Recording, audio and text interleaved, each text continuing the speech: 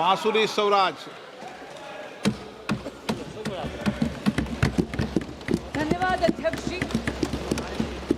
मैं the public examinations prevention of unfair means amendment bill 2026 के support में खड़ी हुई हूँ। अध्यक्ष जी, ये एक ट्रांसफॉर्मेटिव अमेंडमेंट है। इसकी न केवल आवश्यकता है बल्कि ये आज के समय की मांग भी है और इस अमेंडमेंट को लाना आदरणीय प्रधानमंत्री श्री नरेंद्र मोदी जी की संवेदनशीलता और उनकी जिम्मेदाराना सरकार का प्रमाण है।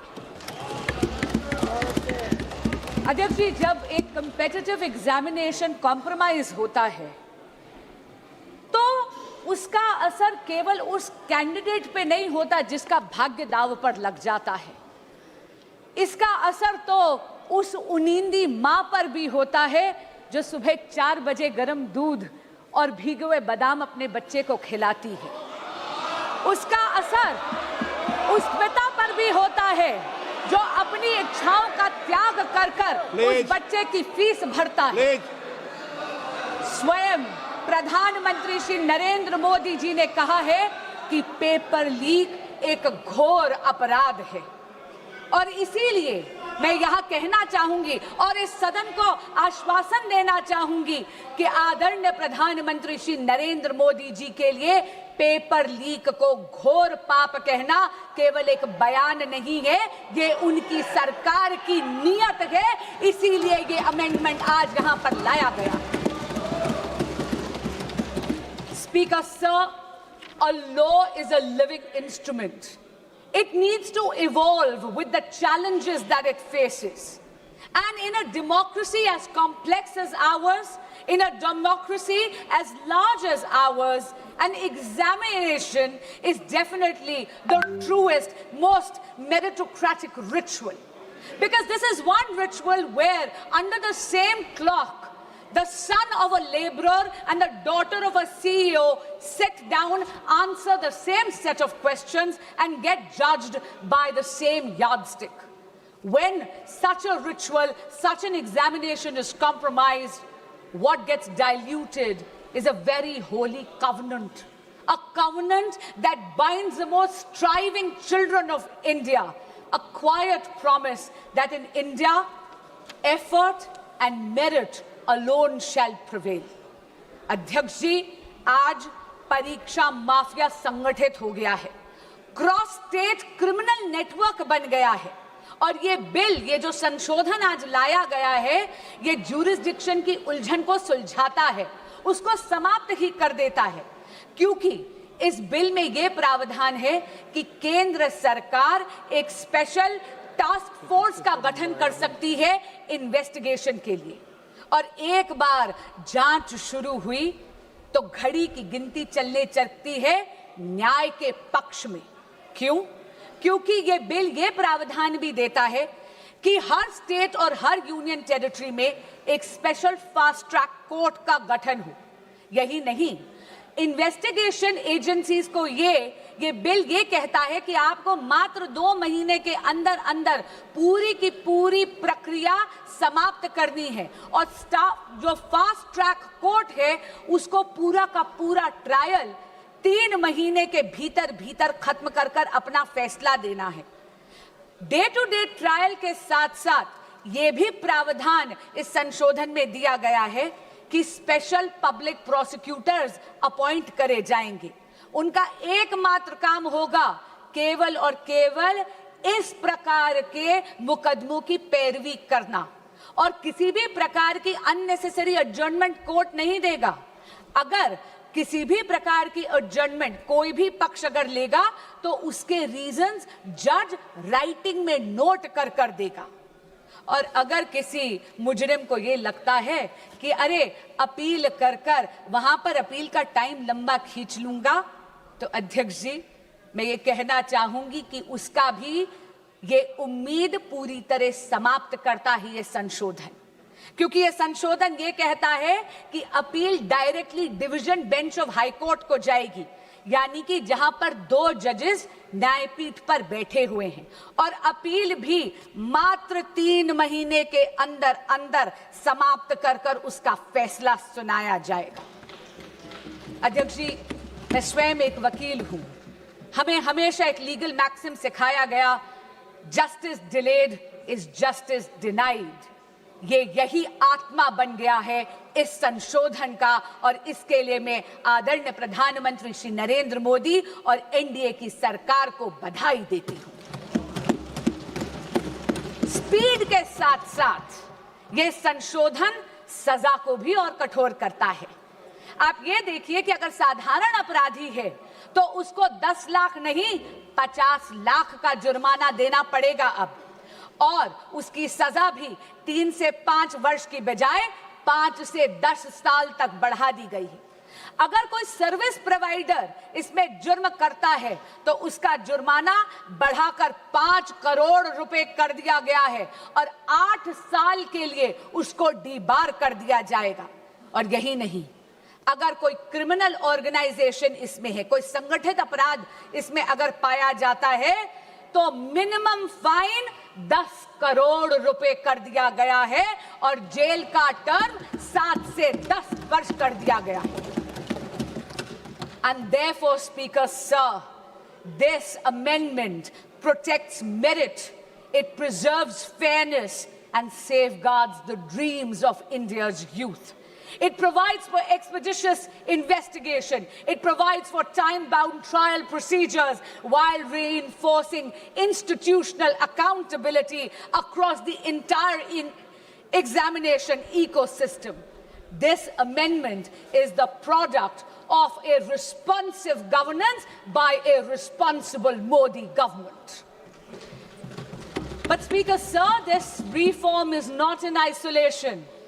अध्यक्ष जी, प्रधानमंत्री श्री नरेंद्र मोदी जी तो वो नेता हैं जो यूथ लेड डेवलपमेंट का मूल मंत्र देते हैं विकसित भारत के संकल्प को सिद्ध करने के लिए, और इसीलिए परीक्षा में चर्चा कर कर उन्होंने अपने व्यक्तिगत समय का निवेश करा है इस देश के युवाओं में। उन्होंने तो ये सुनिश्चित करा है कि हमारे देश का बच्चा एग्जाम वॉरियर से एग्जाम वॉरियर बन जाए। पिछले 12 वर्षों में शिक्षा के क्षेत्र में मोदी सरकार के अथक प्रयासों से रिफॉर्म एक्सप्रेस चल रही है। आप देखिए, 12 सालों में अध्यक्ष जी, medical colleges and medical seats have doubled, दुगनी हो गई है उनकी संख्या। यही नहीं, आईआईटीज अब 16 के बजाय बढ़कर 23 हो गई हैं। IIMs 13 से बढ़कर 21 हो गई हैं। Functioning AIIMS, all India institute of medical sciences, अब 7 नहीं, मोदी सरकार के कार्यकाल में 7 से बढ़कर 20 हो गई हैं। यही नहीं, नंबर ऑफ यूनिवर्सिटीज भारत में मोदी जी के कार्यकाल में 60% से ज्यादा हो गई हैं, बढ़ गई हैं। As far as higher education enrollment statistics are concerned, अध्यक्ष जी, 91 लाख एडिशनल स्टूडेंट्स अब हायर एजुकेशन के इंस्टीट्यूट्स में एनरोल करते हैं, जिसमें से 50 लाख महिला स्टूडेंट्स हैं, फीमेल स्टूडेंट्स हैं। और हाँ, एससी स्टूडेंट्स की एनरोलमेंट तो 44% हो गई है। एसटी स्टूडेंट्स की संख्या बढ़कर 65% हो गई है। अध्यक्ष जी, ये विस्तार केवल अफसरों का विस्तार नहीं है, ये सामाजिक न्याय का विस्तार है। लेकिन मोदी सरकार ने रिफॉर्म्स को केवल इंस्टीट्यूशंस तक सीमित नहीं रखा, डिजिटाइज कर कर यह सुनिश्चित कर दिया कि दीक्षा के माध्यम से एजुकेशन हर बच्चे के मोबाइल फोन तक पहुंच जाए। ईट पाठशाला के माध्यम से पूरी की पूरी लाइब्रेरी अब बच्चों की हथेली में है। CUET जैसा एडमिशन प्रोसेस के लिए एग्जामिनेशन लाकर एडमिशन प्रोसेस को और ज्यादा पारदर्शी यानी ट्रांसपेरेंट बना दिया, और NEP 2020 में भारत की एजुकेशन सिस्टम को रिजिड स्ट्रीम से मुक्त कर दिया गया है। यदि कोई स्टूडेंट बायोलॉजी के साथ साथ म्यूजिक पढ़ना चाहता है तो उसको अब अपनी प्रतिभा में किसी एक सब्जेक्ट का चयन करने की जरूरत नहीं है, क्योंकि नरेंद्र मोदी जी ने यह सुनिश्चित कर दिया है कि प्रतिभा ना परिस्थितियों की अधीन होनी चाहिए और ना ही एजुकेशन स्ट्रीम्स की मोहताज। अध्यक्ष जी, जब अफसरों का विस्तार होता है तो उसके साथ साथ उन अफसरों की निष्पक्षता भी सुनिश्चित करनी अनिवार्य है। ये अमेंडमेंट बिल 2026 का यही सुनिश्चित करता है। अध्यक्ष जी, इस सदन में पिछले 2 वर्षों से मैंने देखा है कि बहस तथ्यों पर होनी चाहिए, बहस नैरेटिव पे नहीं होनी चाहिए, बहस प्रमाणों पर होनी चाहिए, बहस पूर्वाग्रह पर नहीं होनी चाहिए। इसीलिए मैं ये जरूर कहना चाहूंगी आपके माध्यम से विपक्ष के साथियों को, सबसे पहली बात तो बेल सरकार नहीं, इस देश का कोर्ट देता है और लोकतंत्र में judiciary is independent of the executive and the legislature. दूसरी बात मैं ये कहना चाहूंगी, कांग्रेस के साथी और विपक्ष के कुछ साथी एक नैरेटिव बिल्ड करने की कोशिश कर रहे हैं, जैसे कि पेपर लीक की समस्या, एग्जाम कॉम्प्रोमाइजिंग की समस्या केवल और केवल 2014 के बाद पैदा हुई है। अध्यक्ष जी, मीडिया की रिपोर्टों का अगर हम सच माने तो विपक्षी दलों के जहां जहां पर शासित राज्य हैं और पिछले जब 1 दशक था, जब 2014 से पहले कांग्रेस लेड यूपीए सरकार था, तब 1 नहीं 2 नहीं बल्कि टोटल 22 बार पेपर लीक होकर कैंसिल करने पड़े। उनमें से कांग्रेस लेड यूपीए सरकार के अधिकार क्षेत्र में आने वाले 6 ऐसे एग्जामिनेशंस हैं जो सीधा केंद्र सरकार के नीचे आते थे। अध्यक्ष जी, AIIMS PG examination 2006, ICAI CPT examination 2007, CLAT 2009, Railway Recruitment Board examination 2009, AIEEE 2011, SSC CGL examination 2013, ये सारी की सारी पेपर लीक तब थी जब विपक्षी दल सत्ता में था, यानी कांग्रेस लेड यूपीए गवर्नमेंट थी। अब मैं राज्यों के कुछ आंकड़े आपको देना चाहूंगी।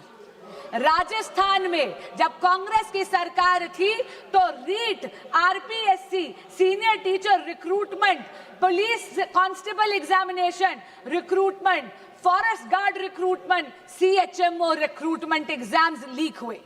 टीएमसी की जब सरकार थी पश्चिम बंगाल में टीचर रिक्रूटमेंट स्कैम में सुप्रीम कोर्ट ने 27,753 अपॉइंटमेंट्स को कैंसिल करा गया, क्योंकि उन्होंने उसमें फ्रॉड और मैनिपुलेशन पाया।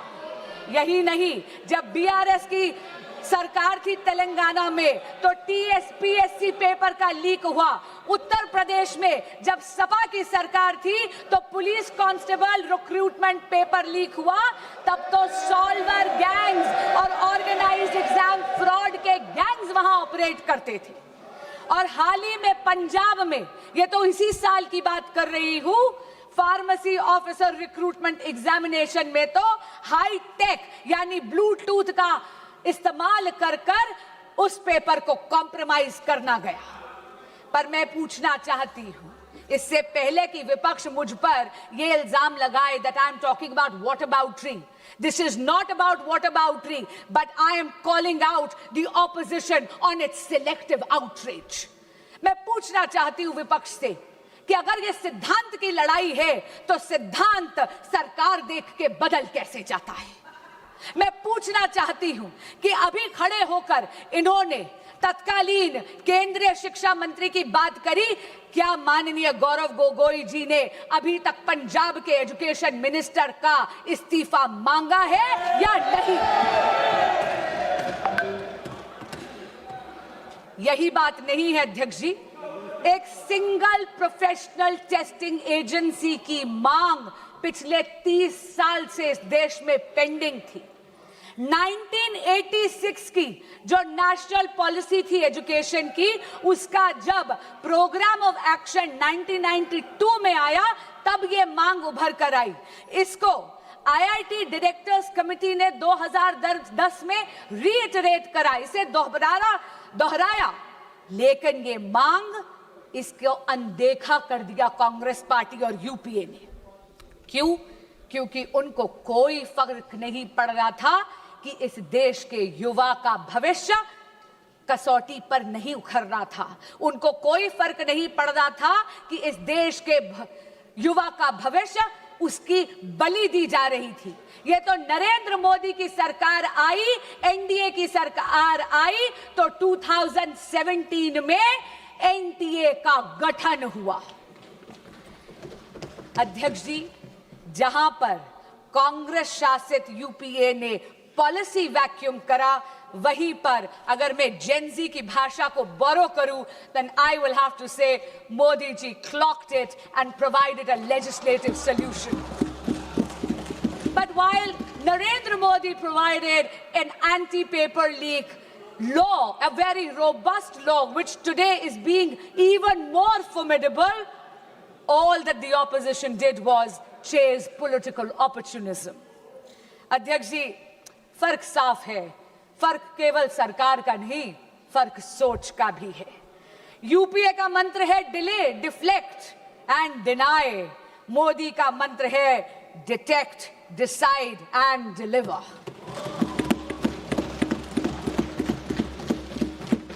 इनका ये रवैया देख के अध्यक्ष जी, कवि दुष्यंत की दो पंक्तियां मुझे याद आती हैं।